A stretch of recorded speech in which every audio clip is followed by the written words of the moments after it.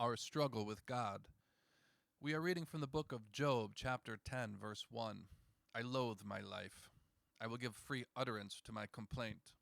I will speak in the bitterness of my soul. I will say to God, do not condemn me. Let me know why you contend against me. That's Job chapter 10, verse 1 and 2. Job wants to know why he is suffering, because things don't add up. There are plenty of times in life where bad things happen to us, and that makes sense. We can make mistakes, we can do wrong, and we know, yep, I had that coming. But that's not the situation every time we suffer. And Job was in a difficult position of not knowing what he had done to turn God's favor away from him.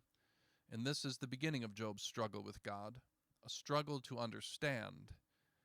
The truth was, he didn't do anything to turn away God's favor. In fact, the truth was, even though every blessing was taken from Job, God still favored Job. Job feels the bitter pain of a heart that loves God, but for whatever reason, cannot feel God's love for them. Job loves God and does not want God's condemnation. And what Job is struggling to grasp is how can suffering in this world be separated from God's judgment? Job is struggling to understand, but Job's friends understand, or so they think. Job's friends do not believe that suffering can be separated from God's judgment. Zophar tells Job that in reality, whatever Job is suffering, he actually deserves worse for his sin. That God's mercy is already being shown to Job. For as bad as things are, they could always get worse. Reading now from chapter 11. Then Zophar the Naamathite answered and said, should a multitude of words go unanswered, and a man full of talk be judged right? Should your babble silence men, and when you mock, shall no one shame you? For you say, my doctrine is pure, and I am clean in God's eyes. Oh, that God would speak and open his lips to you, and that he would tell you the secrets of wisdom, for he is manifold in understanding.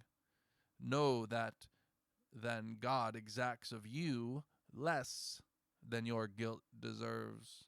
That is Job chapter 11, verses 1 through 6. Now, Job has already addressed the accusation of sin in his life being the cause of his calamity. He does not know of any sin, otherwise he would have confessed it. Job is suffering, yes, but he will not betray the truth and admit to wrongdoing that he has not committed. But this does not fit into the very rigid worldview of Job's miserable comforters. And so, ironically, Zophar appeals to the mystery of God to confirm his own knowledge about how God works. He says in verse 7, can you find out the deep things of God? Can you find out the limit of the Almighty? It is higher than heaven. What can you do? Deeper than Sheol. What can you know?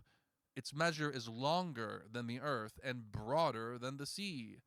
If he passes through and imprisons and summons the court, who can turn him back? For he knows worthless men. When he sees iniquity, will he not consider it? But a stupid man will get understanding. When a wild donkey's colt is born a man. If you prepare your heart, you will stretch out your hands towards him. If iniquity is in your hand, put it far away, and let not injustice dwell in your tents. Surely then you will lift up your face without blemish. You will be secure and will not fear.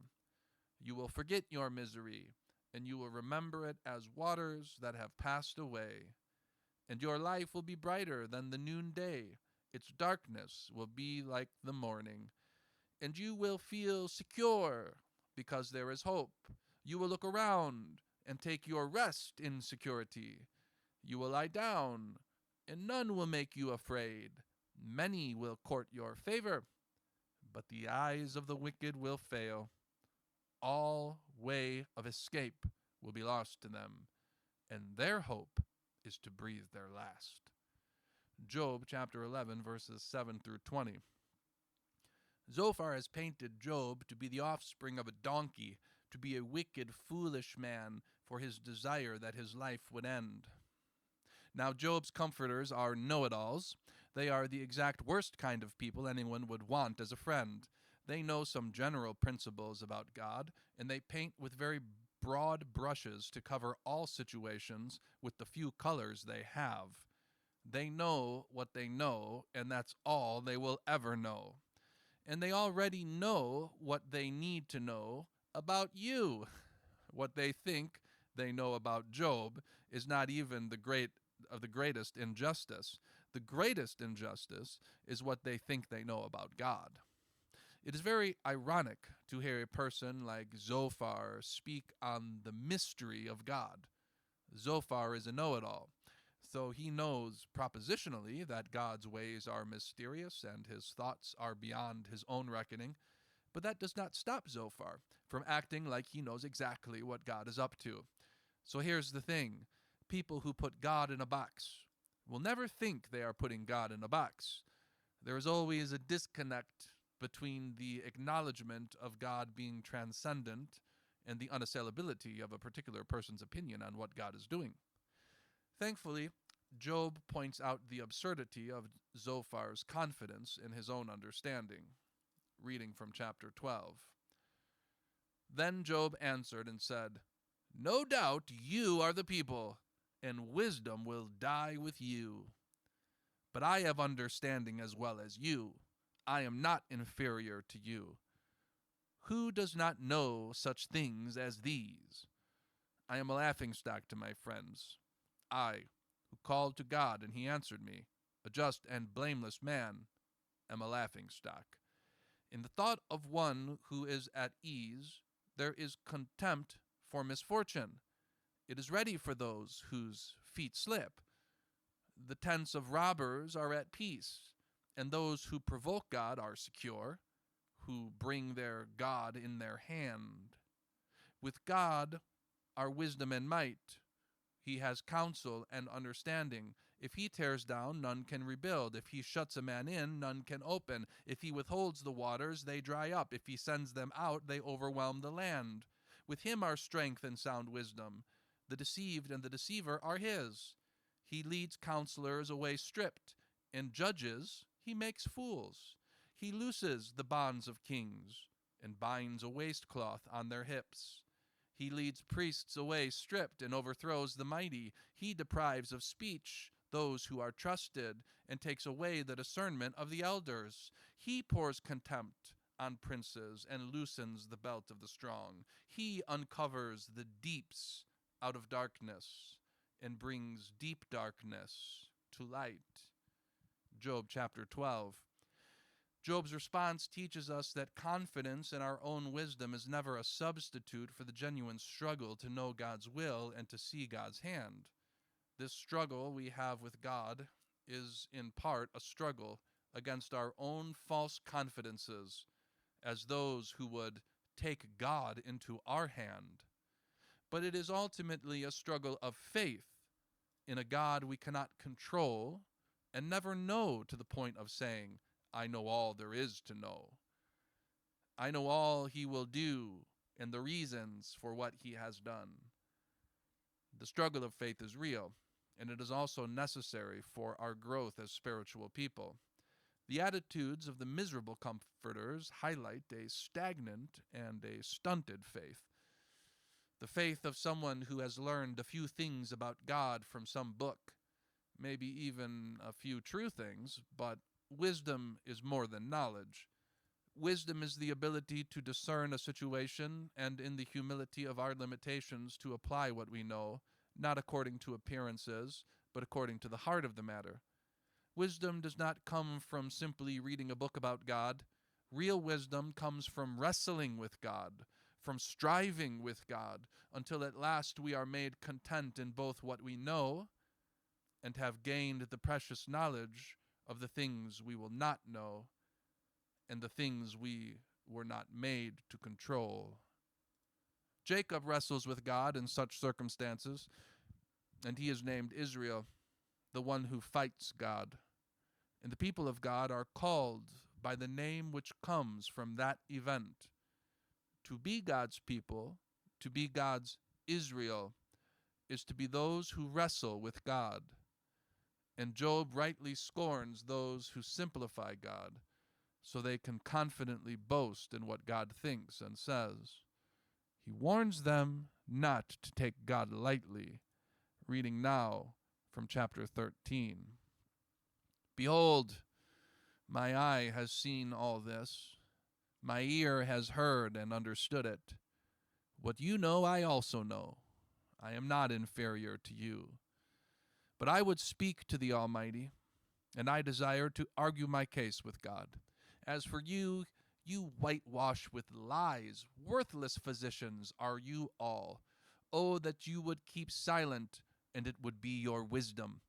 Hear now my argument, and listen to the pleadings of my lips. Will you speak falsely for God, and speak deceitfully for him? Will you show partiality toward him? Will you plead the case for God? Will it be well with you when he searches you out? Or can you deceive him as one deceives a man? He will surely rebuke you if in secret you show partiality. Will not his majesty terrify you, and the dread of him fall upon you? Your maxims are proverbs of ashes. Your defenses are defenses of clay. Job 13, verses 1 through 12. Not only have the miserable comforters made light of God, they have made their friend Job into their enemy. Their false confidence in their knowledge of God has led to the alienation of their friend in his suffering, and that will always be the results of the stunted, trite faith of those who practice empty religion. I will not even call it faith, because we cannot call it that. It is the pretentious religion of the self-assured who take God in their hand, and they are worthless physicians. They are storm clouds that bring no rain. They are those whose lives are devoid of God's power, for they worship only what they know, not the one who stands above them. Job recognizes the ministrations of these pretentious religionists as hatred wearing the guise of holiness, and this as the final component of his suffering. But there at rock bottom, he still stands on the rock of his hope. At rock bottom, his faith is grasping desperately still to God. Reading now from Job 13. All my intimate friends abhor me, and those whom I loved have turned against me.